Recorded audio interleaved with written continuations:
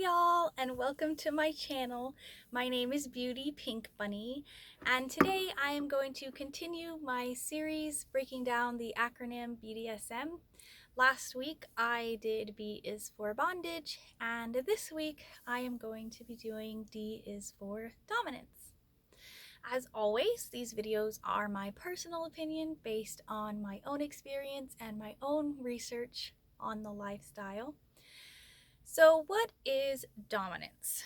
So in BDSM, we have what is known as power exchange dynamics. And what that means is that both parties that are involved exchange power with one another. So in a dominant submissive dynamic, the submissive is giving power to the dominant in exchange for dominance. These are not linear type of relationships, so it's not where the submissive is giving, giving, giving, and the dominant is taking, taking, taking. They are more circular type of relationships. So the submissive is giving power to the dominant is giving dominance to the submissive, and together they move forward in a circular motion like a wheel. Now, how much power is exchanged between them is really subjective, and it depends on what has been negotiated between them before the dynamic starts. There are those who are in dynamics where a lot of power is exchanged, and we call those TPE or total power exchange dynamics. But for the majority of those in DS relationships, that isn't the case. You have to remember that no power is being exchanged during the vetting, consideration, and negotiation process. So before a dynamic has been established, just because somebody claims to be a dominant does not give them any type of power or authority over other submissives that they are not in a negotiated dynamic with. Now, anyone can be a dominant. This is not restricted to any certain gender or sexuality or financial status or anything like that. So the whole idea that in order to be a dominant, you have to be a well-off, well-endowed, alpha male is just ridiculous. There are all types of doms from all types of backgrounds, and it is a very diverse role. So what does a dominant do? Again, this is really subjective, and it depends on what has been negotiated for that particular dynamic. But typically, a dominant will have a set of rules, rituals, and things that they have set up for the submissive to follow. These could be related to the submissive's personal growth. These could be related to things that best serve the dominant. It could be a mixture of the two.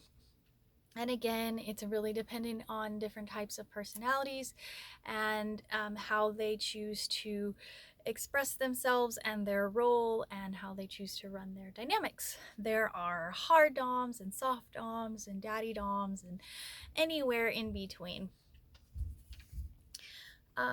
And I'm gonna do videos in the future that go into more detail about this, but qualities that make for a good dominant are qualities that just make for a good partner, a good human in general. And these include things like personal responsibility. You can't take responsibility for someone else if you can't take personal responsibility for yourself. So you have to be someone who holds themselves accountable, who holds themselves to a high standard. And also you have to have personal integrity, you have to be an honest person, and you have to have good communication skills. Obviously being a person of your word and having good integrity. You have to be very, very honest with yourself and honest with others, and good communication, because this lifestyle requires an intense amount of communication. So you have to be able to be a good communicator in order to be a good dominant. Having empathy, so being a person who can see the other person's side, really walk in their shoes, is going to help you to be a good dominant, because you're going to be able to make better decisions that best serve your submissive and serve the dynamic as a whole, if you are able to empathize with the other side of the slash. And personal growth, so being someone who is always wanting to improve themselves, to better themselves, to learn more, to grow and learn new skills and things like that, is going to serve you and the dynamic very well. You don't have to be a billionaire. You don't have to have, all this status and stuff like that. But you do have to be someone who is willing to put the submissive need before your own, and to take responsibility for them, and just generally being a good person.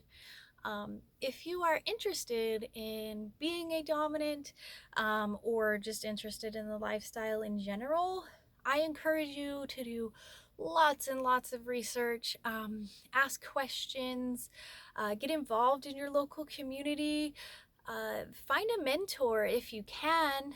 There are people out there who are willing and able to come alongside you and to help you learn how to be a good dominant or a submissive, if that's what you're interested in.